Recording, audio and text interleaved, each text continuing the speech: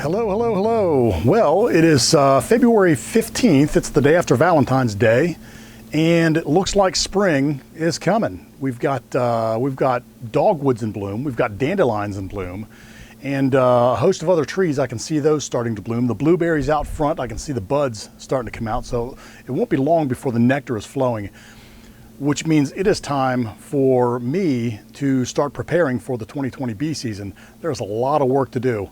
I didn't realize there would be this much work to do getting ready for bees when I got ready for bees the very first year, because I didn't have, one, that many bees, and two, I didn't have this much equipment, and three, I didn't know I was going to need this much equipment. But it looks like this year it's going to be a good year for the flow. We don't seem to have a drought, no drought in sight, which means the nectar is going to be flowing, and I've got some work to do. Now, we're not going to go over everything that I'm going to be doing to prepare for spring, at least not in this video. Maybe we'll have another video after this where we talk about it, or we can go through some of the things that I have to do. But today, one thing that I want to get done is get my flow frames prepared. Now, the Flow Hive, I have one real Flow Hive out there. I bought it when I first started beekeeping. This is it, and this is the real deal, right from Flow, shipped here from Australia, Flow Hive. And last year, when I put this flow frame, these flow frames on the hive, I had pre-waxed the frames, even though the people at Flow said you don't have to pre-wax the frames. It's not something that you have to do. The bees will get in there, they will seal the frames up, start packing the honey away, then you break the seal, drain the honey, and everything's good. But I pre-waxed it anyways, and the bees did take to it, and they went out, they filled it up. I actually drained this twice last year, so we did get some honey out of it. We'll have some harvest videos this year. This was before I started making videos that I harvested it. But last summer, midsummer, I went out to eBay and I found some more flow frames. They are real flow frames, but they didn't have the box. They were just a set of frames. So I went ahead and I built a box just like theirs, and put the frames in the box. I left these frames on the hive, oh gosh, from maybe June through the end of the season, and there were bees in the box. They were running around. They looked like they were sealing it up, but at the end of the year when I took this off of the hive, the bees hadn't sealed anything up. So today what I'm going to be doing is waxing these frames. These frames are already waxed. I'm not going to do anything to these. These frames I'm going to wax to make sure that the bees can get a good head start and fill those flow frames with honey.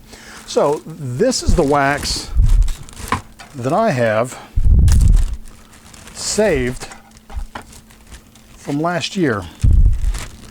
And let me move this flow stuff out of the way. That's the real deal Flow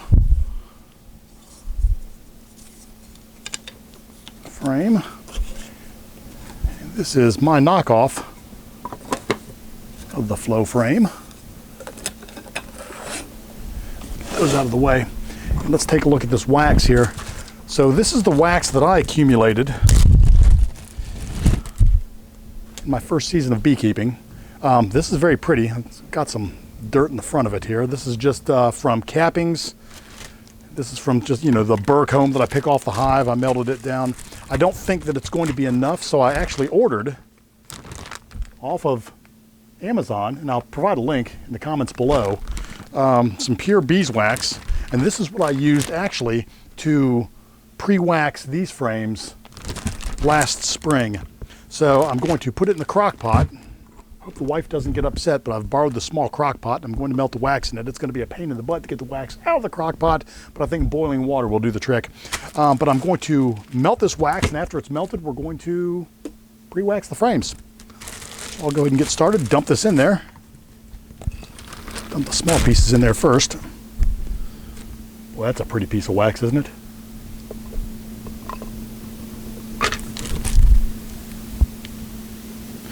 We will start with all of the wax that the bees themselves produce. Let me see if I can clean this up a little bit. All right.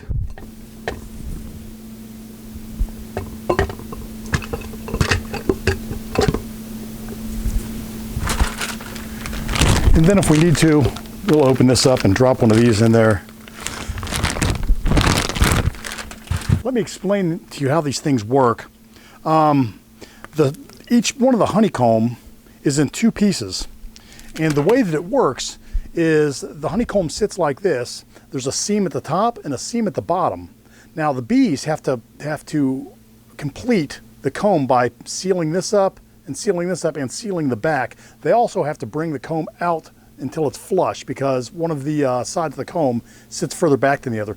But the way that the flow frame works is that when it's time to drain the honey, you turn a key in the top, and what it will do is it will take the configuration of the comb where the bees have sealed it up, which looks just like any other honeycomb, and it will split it.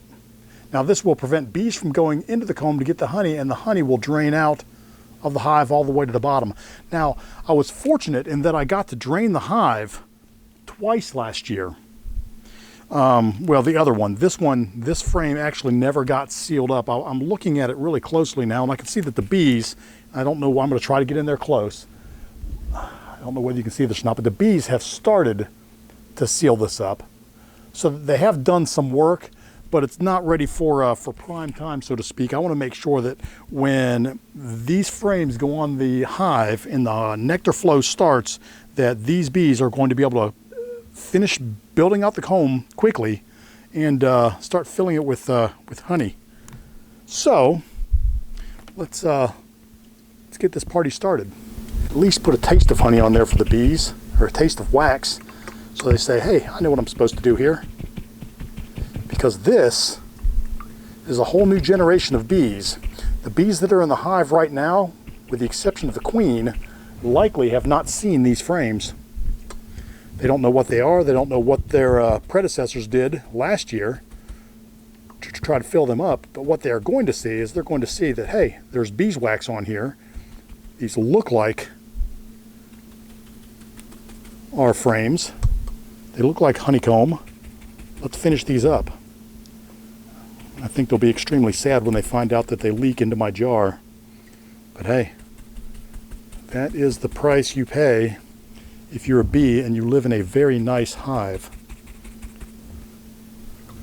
with central heat and air. And again, my goal is not to seal these frames completely. My goal is to get some wax on there. The bees should take care of the rest. I just want to give them a head start. It is my understanding that the father and son who developed this, and let me tell you, this is a great invention.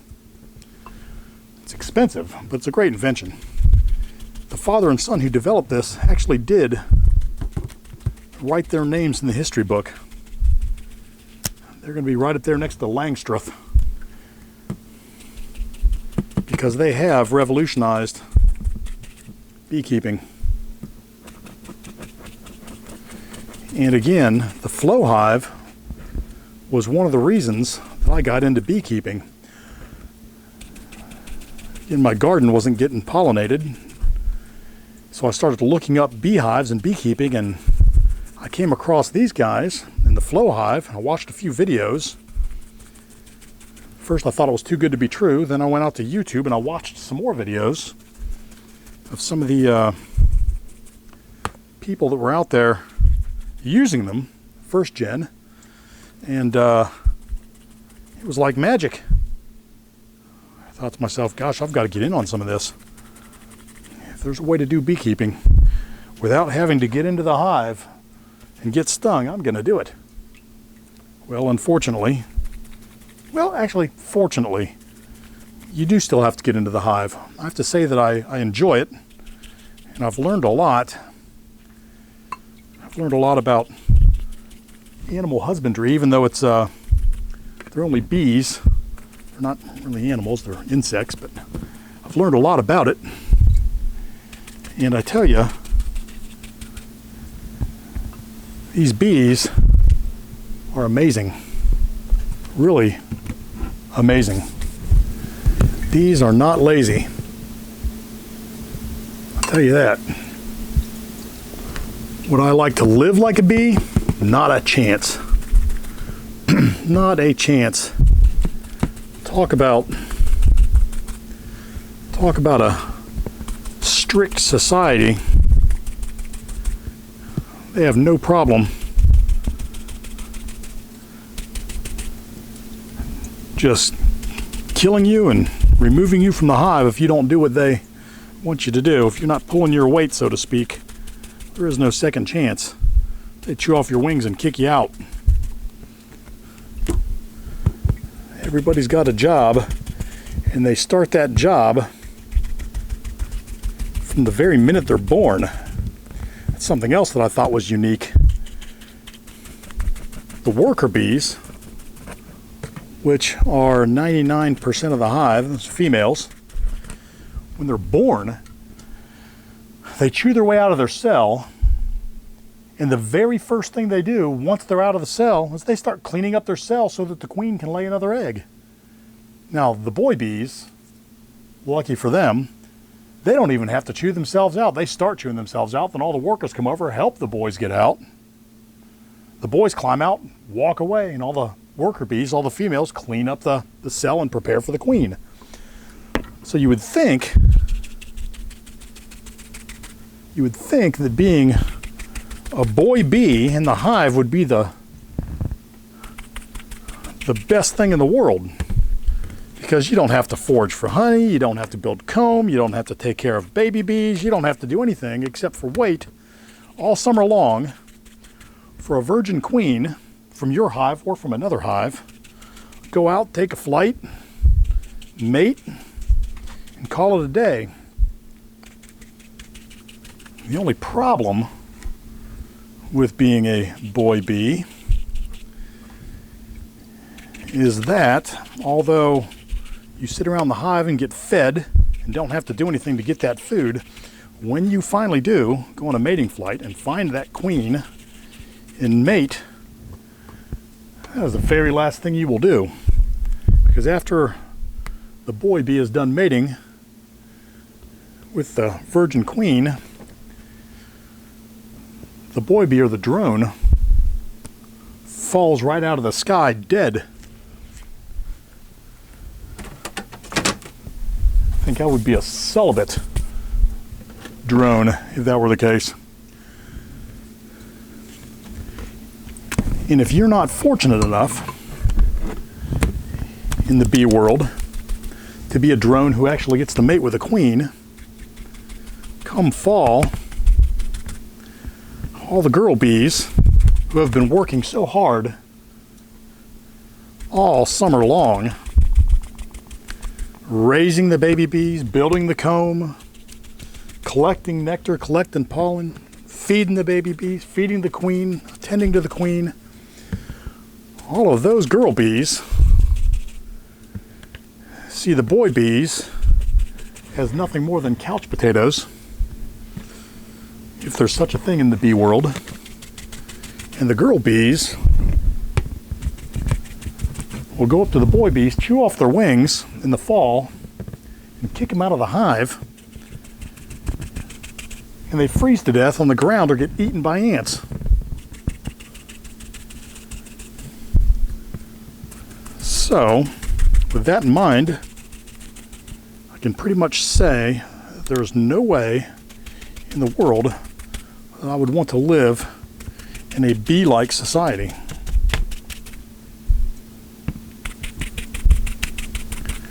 They are very organized, very methodical, but that comes at a price. It comes at a price. And the price is death to anybody who does not comply with the rules of the kingdom, so to speak. Not something I would like to live in. No way.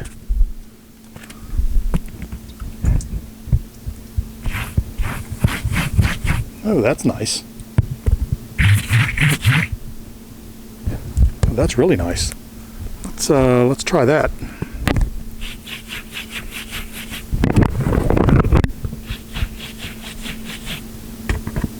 This is the way I should have been doing it the whole time. Look at that. That was a nice job. That was a nice job.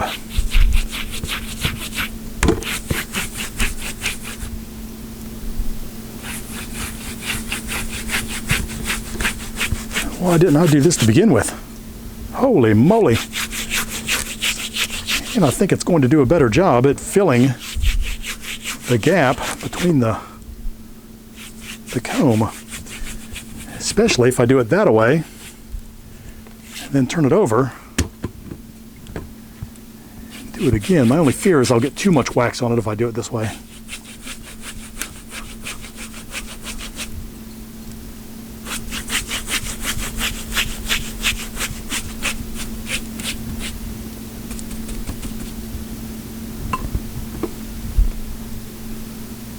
Oh, that's the way to do it. The old way, the new way. I'm going to do it the new way. Unfortunately, it took me until I hit the last frame to do that.